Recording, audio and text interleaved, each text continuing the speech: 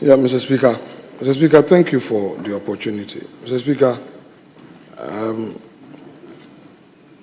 further to statements are made in respect of some actions at the residence of the former Finance Minister, Mr. Ofori.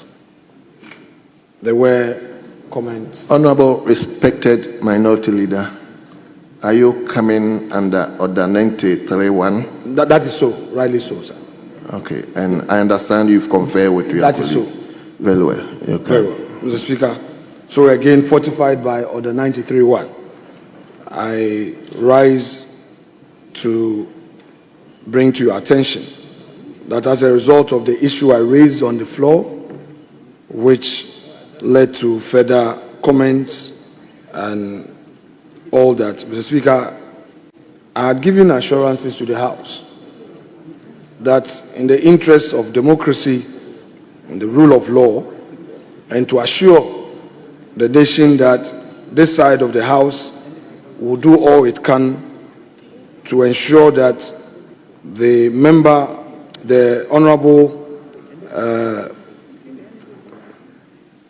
Ofori avails himself to attend upon the OSP. Indeed, I pursued it, I engaged him extensively, and his lawyers, Mr. Speaker, in a letter dated today, the 18th of February 2025, have written to the OSP, and for the avoidance of doubt, I shall read the content aloud. It's addressed to the Special Prosecutor, our redirection to attend the Office of Special Prosecutor. It reads, we acknowledge receipt of your letter dated the 17th of February 2025. We respectfully indicate that our client's post-mark date for his return cannot be any time before 6 to 8 weeks after the possible surgical intervention in March stated in the Mayo Clinic letter. Our client hopes that taking into account the surgery dated the 20th to 21st of March and recuperation period, he should be able to back to this jurisdiction between 14th May and 30th May 2025. We hope you find this date reasonable and same can guide your office in fixing a date for the in-person attendance of our client to your office for investigation. Having clarified the purpose and length of our client's absence, Leader, we hope that the tag of a Leader, wanted person... Hold on, please. Yes, my Majority Leader. Mr. Speaker, what the Minority Leader is doing is conveying a communication from the lawyers of Honorable Ken Ofori Atta to this House. Mr. Speaker, the rules of this House are clear on communications. If you go to Order 65, it is clear on communications to the House. Who qualifies to communicate to the House and who qualifies to convey the communication to the House? They are clearly spelled out in Order 65, and I think that what he's attempting to do is to convey a communication by the lawyers of Ken Ofori Atta to this House, which is clearly wrong. Mr. Speaker, it is clearly wrong to attempt to be the conveyor of communication from Ken Ofori Atta's lawyers to this House. I think that it is not acceptable, and we cannot accept communication from the lawyers of Ken Ofori Atta to this House. He is not a member of this House. He is not a Minister of State. And so there's no basis for this House to be receiving communication from the lawyers of Ken Ofori Atta. We haven't summoned him before any of our committees. He is not to appear before a committee. We are not investigating him. So on what basis is his lawyers communicating to us when he will come to Ghana and when he will not come to Ghana? So, Mr. Speaker, there is no basis for the communication to this House of the whereabouts of Ken Ofori Atta. And he is not qualified to convey that message to this House. And this House cannot properly receive that message. So I object to that communication being made to this House about the whereabouts of Ofori Atta and when he will come to Ghana. I think the matter is between him and the Office of Special Prosecutor. Let him deal with them. This House is not interested in when he will come and when he will not come. So I object to this communication being made. He can step outside and organize a press conference and tell the whole country what Ken Ofori Atta is saying, but not to this House. So, Mr. Speaker, our orders are very clear. I object. I object. Well, I understand he conferred with you. Probably didn't get to know the details of it, but that's the understanding. Mr. Speaker, I agree to the terms of his objection. I wanted to do what we call elucidation, but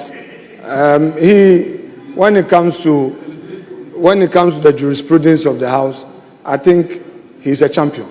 I won't take his title from him. Mr. Speaker, I believe that the gravamen of my submission basically is to say that pursuant to the matters that I raised on the floor, and then indeed, Mr. Speaker, again, I stood in the dispatch box to give assurance to the nation that I was engaging the man.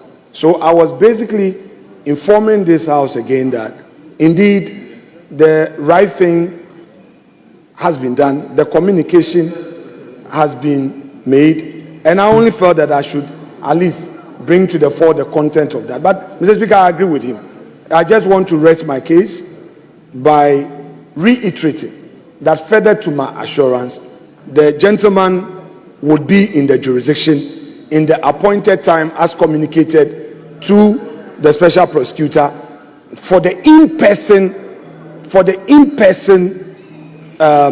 interview.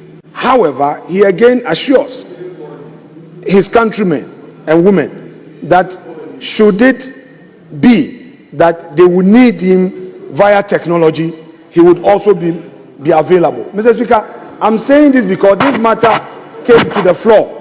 This matter came to the floor and we discussed it at length. So the majority leader, if you don't want me to tender the letter, that's fine. I agree with you. I'm not going to do that.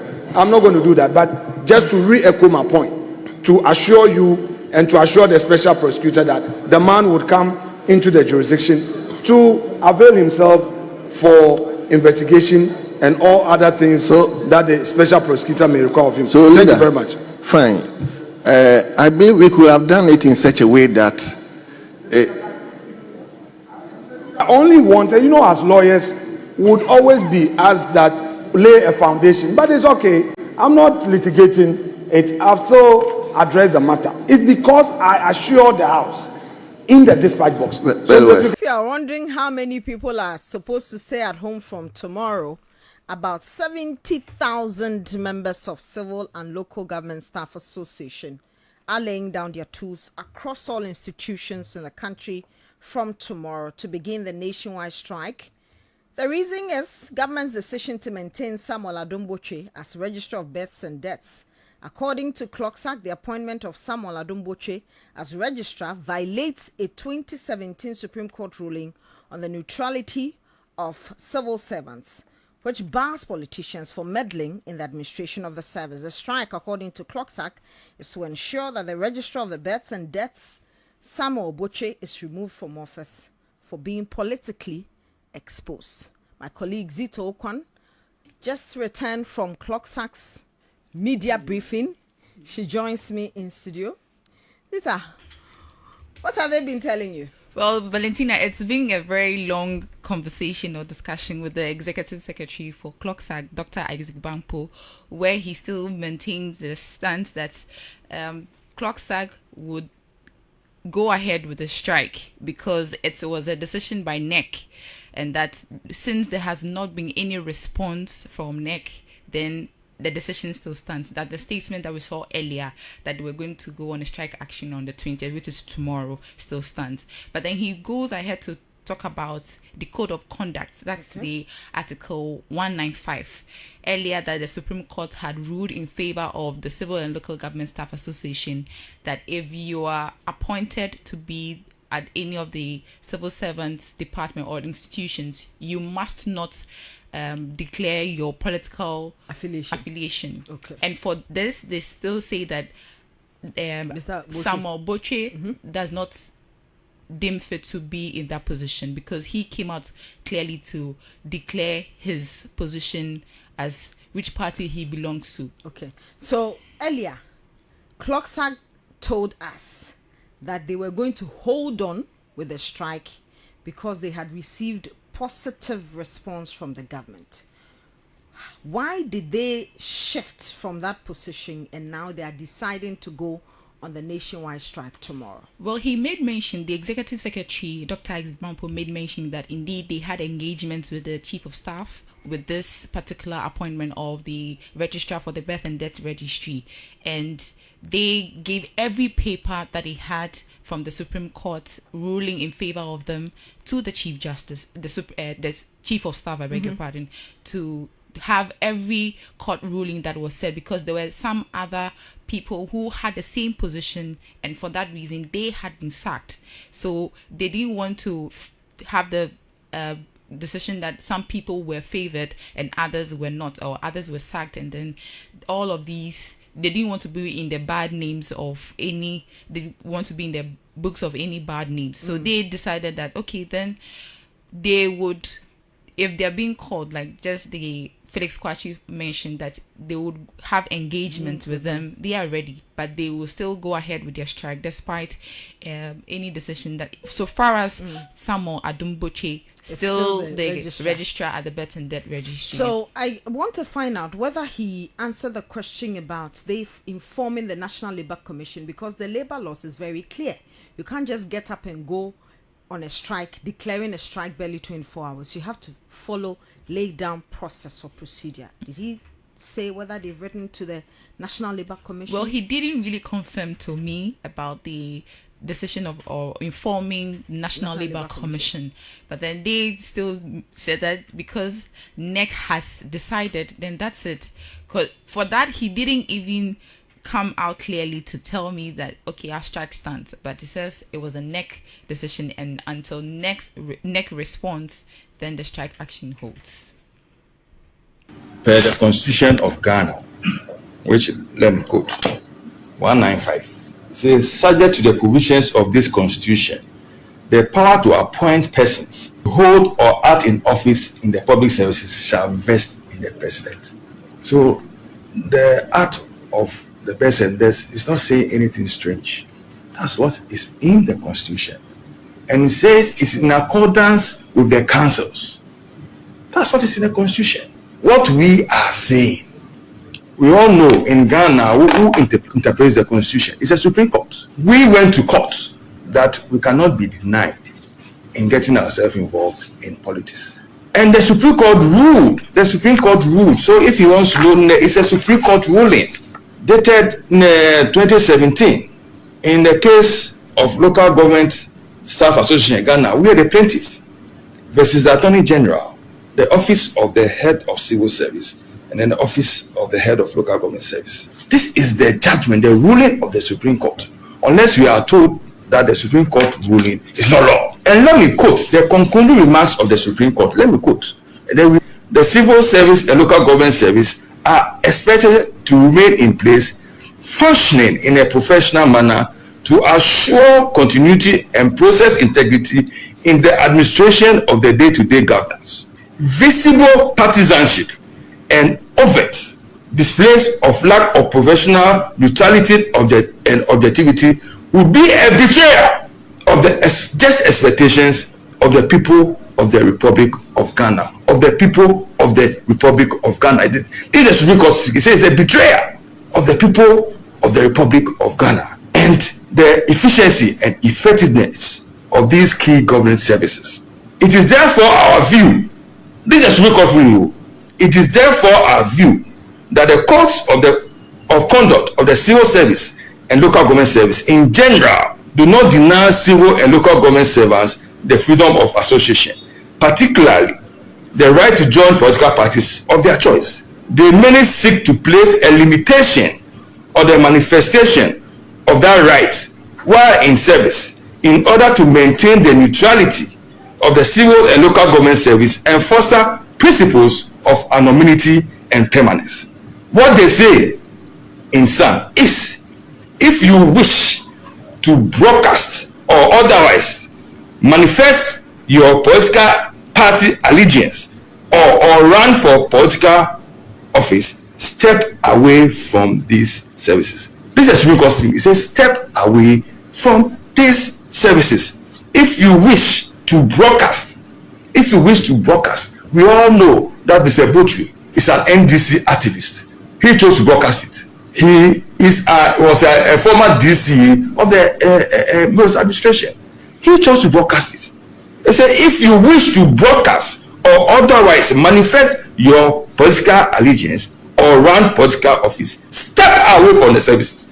This is Supreme Court talking. It's not Klosak speaking or Isaac Bampado speaking. This is the Supreme Court. Now, our members have been dismissed for flouting this law. So, if we are saying, we are not saying the president hasn't got the right to appoint. The Supreme Court is saying anybody with political color should step away from the services. We are not saying it. We are not saying. Let it be clear. It is not. This is a Supreme Court ruling. Unless you are not saying Supreme Court ruling are not law, because they are supposed to interpret the Constitution. And we sent this to the Supreme Court to interpret Article 195 in relation to the civil service, because we felt you could not be denied to do politics. And this was the ruling of the Supreme Court. That's what we are saying. Should we all flout it, or should we all abide by the Supreme Court ruling? That's the public to judge. That's for the public to judge. This is Supreme Court ruling. This is not what Klosak is saying.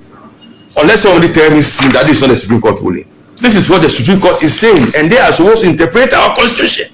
And this is what they are saying. If you show any political coloring, step aside from the services. We are not saying it. It's the Supreme Court talking. So the issue that should we respect the Supreme Court or should regard the Supreme Court is for the public to judge. The strike was called by the National Assembly Council. So they are the ones that can call it off. So you had the Executive Secretary of the Civil and Local Government Staff Association, Klosak, Isaac Bampo Ado. Well, government has decided, and it's defending that position, to appoint Samuel Adumboche as Registrar of the Births and Deaths Registry, stating that the appointment does not breach any legal provisions, not even Article 195, as Mr. Bampoado is alluding to.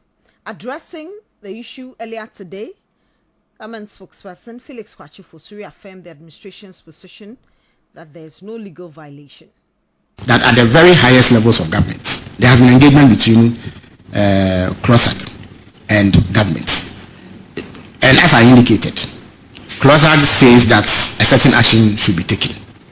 But government has to act on the basis of law. So we inquired as to what the premise for that demand is. If you are saying that a position should go to a civil servant, show us the basis for that position. They have been unable to show it. I have showed you the law and specific provisions, and you would all agree with me. Even if you have doubts about what I'm reading, you can dig up the law yourselves and read for yourself. Read section 2 of Act 1027, the Registration of Births and Deaths Act, and satisfy yourself as to who has the authority to make the appointment. And second, whether or not the law says anywhere that the position of the Registrar of the Births and Deaths Registry should be held by a civil servant. These, for me, are the issues at play.